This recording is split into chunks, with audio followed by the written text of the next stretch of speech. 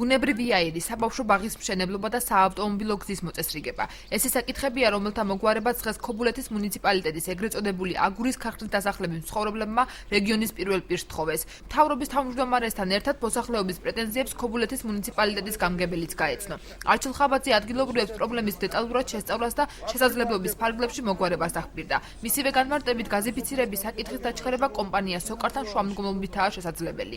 რაც შეეხება გზის რეაბილიტაციასა და საბავშვო ბაღის აგებას, ქობულეთის გამგებლის განცხადებით გზა უმოკლეს ვადებში მოშანდაგდება.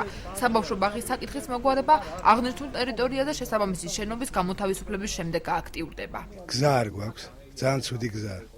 გაზი არაა სოფელში, ბავშვთა ბაღი არ არის და უმუშავრობა. მეტი რა უნდა იყოს, უმუშავრობა უფრო მეტი. აქამდე არ მიგიმართავთ? როგორ არ მიმართავს, ამ დონეზე არ მიგიმართ, იმას საუნახავდით ახლა თავრობის პირველი. დღეს მობზანდა და ელაპარაკეთ. ალბათ იმედი გვაქვს რომ გააკეთებს. გამგებელმა მიიტანოს მუნიციპალიტეტის გამგებელთან და მე ჩვენთან ეს თავს მოიხსნის.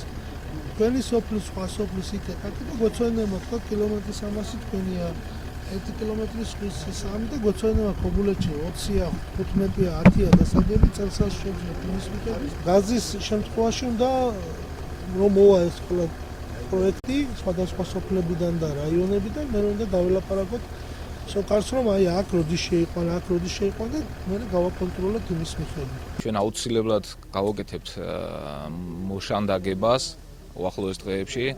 რა შეეხება მოსაცდელს შესაძლებელი არის რომ ის გაკეთდეს სოფლის მხარდაჭერის პროგრამით. ჩვენ გეგმავთ 2014 წლის ბიუჯეტით რამოდენიმე სოფელში გავაკეთოთ საბავშვო ბაღი, რომელიც ადგილობრივებსაც წარდგება და ასევე განტვირთვა იქნება ქალაქში განთავსებული ბაღებისთვის.